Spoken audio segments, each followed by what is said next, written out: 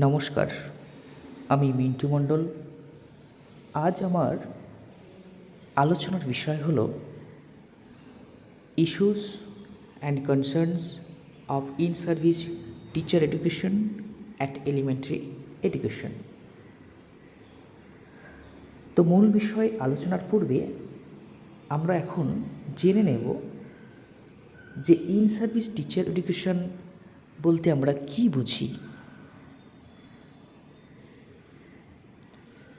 তো বলা যায় ইন সার্ভিস টিচার এডুকেশন বলতে সেই সব কাজ ও কোর্সের সমষ্টিকে বোঝায় যা কর্মরত শিক্ষকগণের পেশাগত জ্ঞান, আগ্রহ ও দক্ষতা বৃদ্ধিতে ও শক্তিশালী করতে চালিত হয়।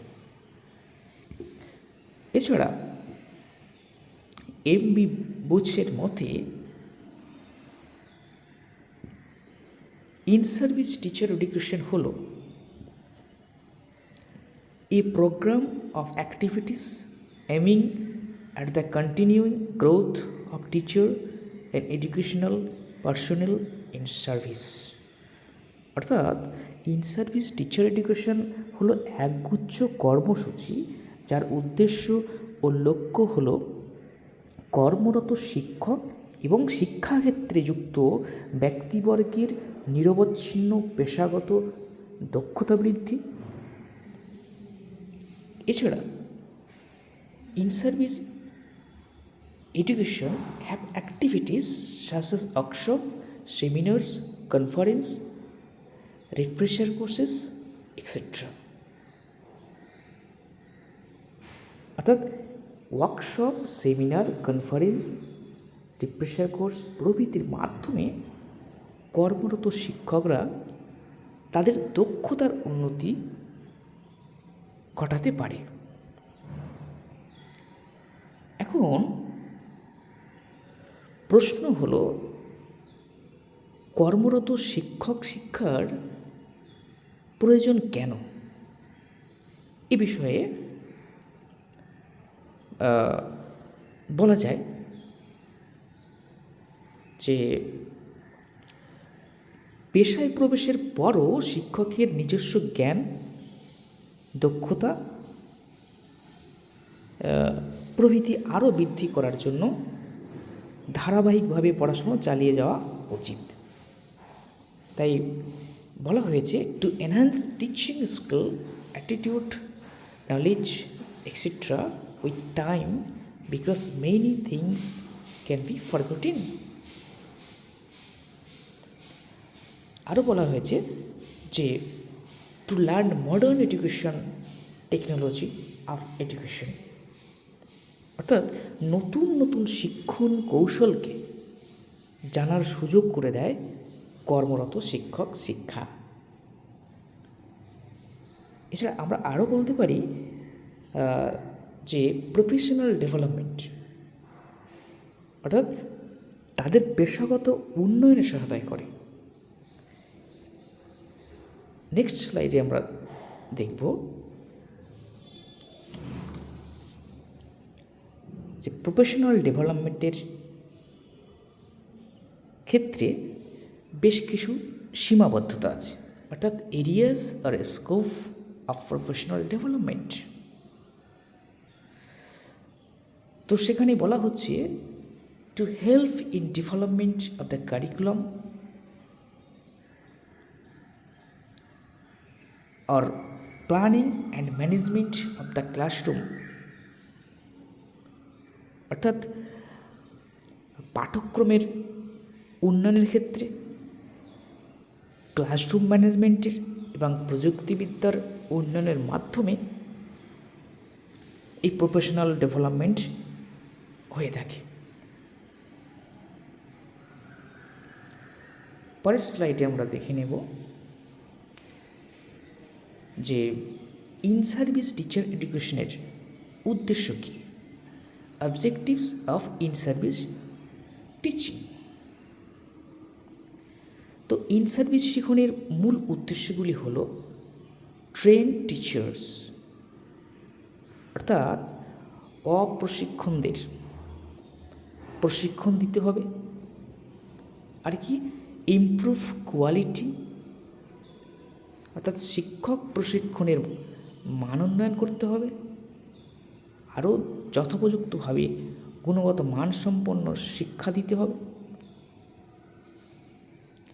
ডেভেলপ সাবজেক্ট ম্যাটার এক্সপার্টিস, এবং বিষয়ের উপরে অভিজ্ঞ হতে হবে। অর্থাৎ বলা হচ্ছে নির্দিষ্ট বস্তুর প্রতি নিজেকে আরও অভিজ্ঞ করে তোলা। আরও আমরা জানতে পারি যে ডেভেলপ পেডাগোগিক্যাল এক্সপার্টিস, অর্থাৎ পেডাগোগিক্যাল বিষয়েও কিন্তু নিজেকে দক্ষ করে তোলা। Develop a positive Outlook, helps teachers have a positive Outlook on instruction, অর্থাৎ শিক্ষক তার পেশার প্রতি ইতিবাচক দৃষ্টিভঙ্গি দেখাবেন। আরও আমরা বলতে পারি develop self worth and confidence, অর্থাৎ শিক্ষক তার আত্মমূল্যায়ন করবেন এবং নিজের প্রতি কনফিডেন্স বৃদ্ধি করতে পারবেন। Next point, prepare for student growth, অর্থাৎ শিক্ষার্থীদের বিকাশের জন্য নিজেকে আরও সমৃদ্ধ করতে পারবেন। পরের স্লাইডে আমরা দেখতে পাবো যে problems related to in service teacher education, অর্থাৎ আমরা যে মূল বিষয়ের আলোচনা করব সেখানে কর্মরত শিক্ষক শিক্ষার সমস্যাগুলি কি কি সে বিষয়ে বলা হয়েছে। সেখানে আমরা দেখতে পাব যে বিভিন্ন কারণে শিক্ষক শিক্ষার সমস্যা হতে পারে, যেমন ল্যাক অফ ইনসেন্টিভস, অর্থাৎ শিক্ষকদের মধ্যে অনেক সময় উদ্দীপনার অভাব দেখা দেয়। আর কি হয়, ল্যাক অফ মোটিভেশন, তাদের মধ্যে প্রেরণার অভাব দেখা দেয়, কারণ তারা শিক্ষক হওয়ার পরে তাদের মধ্যে সেই উৎসাহ প্রেরণা এগুলো আর থাকে না। ল্যাক অফ ইন্টারেস্ট, এবং কোনো নির্দিষ্ট বিষয়ের প্রতি তাদের আগ্রহ কমে যায়। Next, inappropriate methods and techniques, এবং তাদের জন্য শিক্ষক শিক্ষণের যে পদ্ধতিগত দিক সেগুলো পর্যাপ্ত নয়। ইনঅ্যাডিকুয়েট ইভালুয়েটিভ টেকনিক্স, এবং উপযুক্ত পদ্ধতিতে তাদের মূল্যায়ন করা হয় না। এছাড়া আমরা আরও বলতে পারি ইনঅ্যাপ্রোপ্রিয়েট কারিকুলাম অ্যান্ড কোর্সেস, এবং তাদের প্রয়োজনীয় তাদের উপযুক্ত পাঠ্যক্রমের অভাব।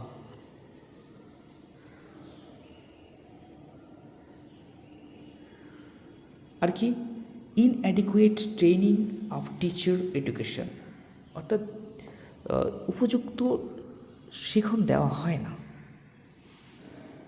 উপযুক্ত টিচারের অভাবে তাদের যথোপযুক্তভাবে প্রশিক্ষিত করা সম্ভব হয় না। আরও আমরা বলবো অ্যাডমিনিস্ট্রেটিভ প্রবলেমস, প্রশাসনিকভাবে অনেক দুর্বলতার কারণে আমরা যথোপযুক্তভাবে তাদেরকে প্রশিক্ষিত করতে পারি না। অর্গানাইজেশন প্রবলেমস, আরও একটি সমস্যা হচ্ছে যেটা সাংগঠনিক দুর্বলতা, যেখানে যে পরিষেবা দরকার, যে পরিকাঠামো দরকার, তাদের জন্য উপযুক্ত পরিবেশ কিন্তু সেই সংস্থা দিতে পারে না। ফিনান্সিয়াল প্রবলেমস, আরেকটা সমস্যা সেটা হলো অর্থনৈতিক ভাবে সমস্যা। অর্থাৎ কোনো টিচার যখন তার প্রতিষ্ঠান ছেড়ে অন্য কোথাও প্রশিক্ষণের জন্য আসবেন, সেক্ষেত্রে সে আর্থিকভাবে সেই প্রতিষ্ঠান সহযোগিতা নাও করতে পারে। Lack of follow up programme, অর্থাৎ এই শিক্ষণ প্রণালী এটাকে কার্যকারী ফলো আপ করা সম্ভব হয় না। অর্থাৎ এই সুন্দর শিক্ষণ ব্যবস্থাকে চালিয়ে নিয়ে যাওয়ার সামর্থ্য অনেক সময় থাকে না।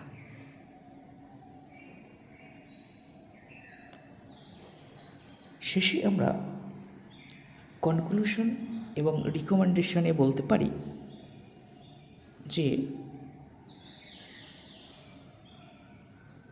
ইন সার্ভিস এডুকেশনের সংস্থাগুলির উচিত চাকরিকেন্দ্রিক কাজের উপর এবং প্র্যাকটিক্যাল ওরিয়েন্টেড কাজের উপর বেশি করে গুরুত্ব দেওয়া। এছাড়া আমরা আরও বলতে পারি government should encourage participants in service training through adequate funding to them. অর্থাৎ সরকারের উচিত কি ফান্ডিংয়ের মাধ্যমে তাদের প্রয়োজনীয় জিনিস কেনার জন্য যথেষ্ট অর্থ দিয়ে সাহায্য করা।